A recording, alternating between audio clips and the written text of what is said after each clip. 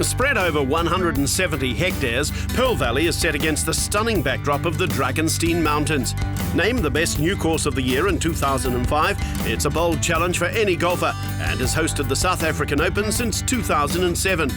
Dubai-based company Leisure Corp purchased Pearl Valley in May of that year and have some exciting plans for its future development. As you can see behind us, this is just one snapshot of what's available here at Pearl Valley. It's just amazing.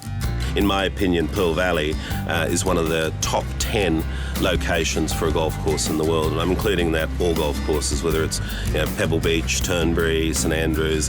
They all have their own special place in history, but I think Pearl Valley, from a scenery point of view, is absolutely in the top 10. Pearl Valley Golf Estates was officially opened in 2004 and boasts a 500-home gated community. The residential values have increased dramatically since its inception, and there's a growing sense of community culture in recent times.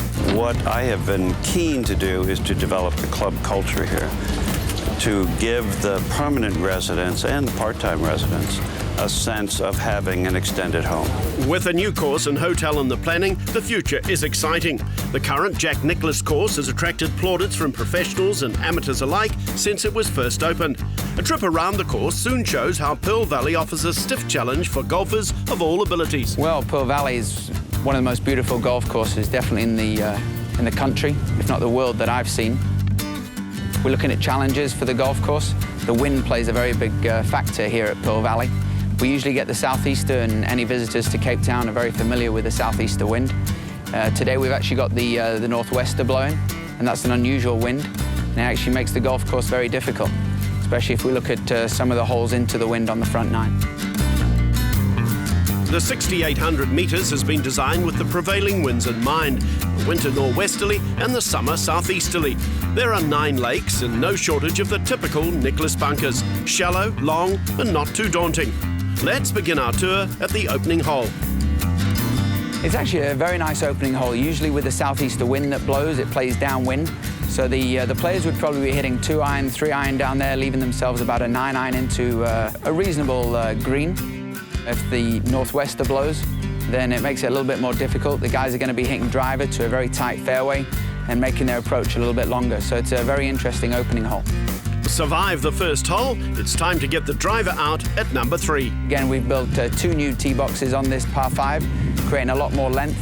And into a wind like this, it makes it very difficult to try and hit a very narrow fairway, leaving a layup second shot and a reasonable approach into the green for the third. We find an unusual hazard behind the green, but common to Pearl Valley.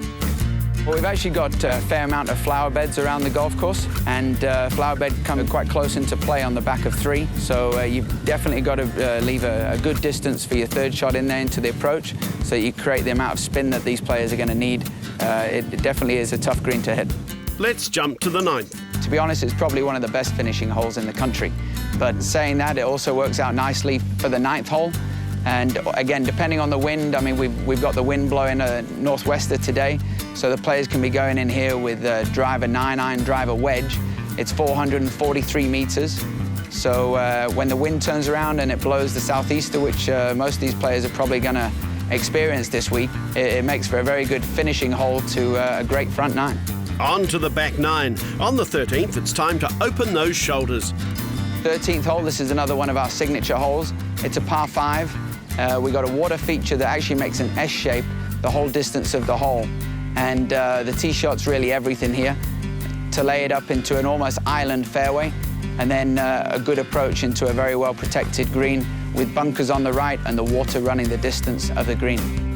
The green is right on the water, so you don't want to spin it too much. You can definitely spin it back into the stream there, but well protected with bunkers and a beautiful hole to play.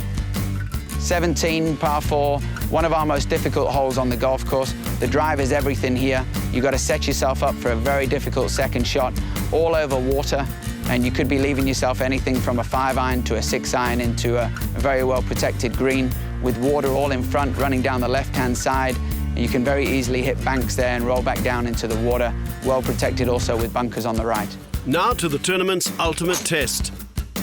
Par 5, 550 meters. Again, we've introduced a new tee box here on 18, and unless you're Angel Cabrera, you're not going to be getting up in 2 on this hole. But for those who like to live courageously, If you're going to be going for it, you're going to be going at it with at least 3 wood, maybe even 2 iron.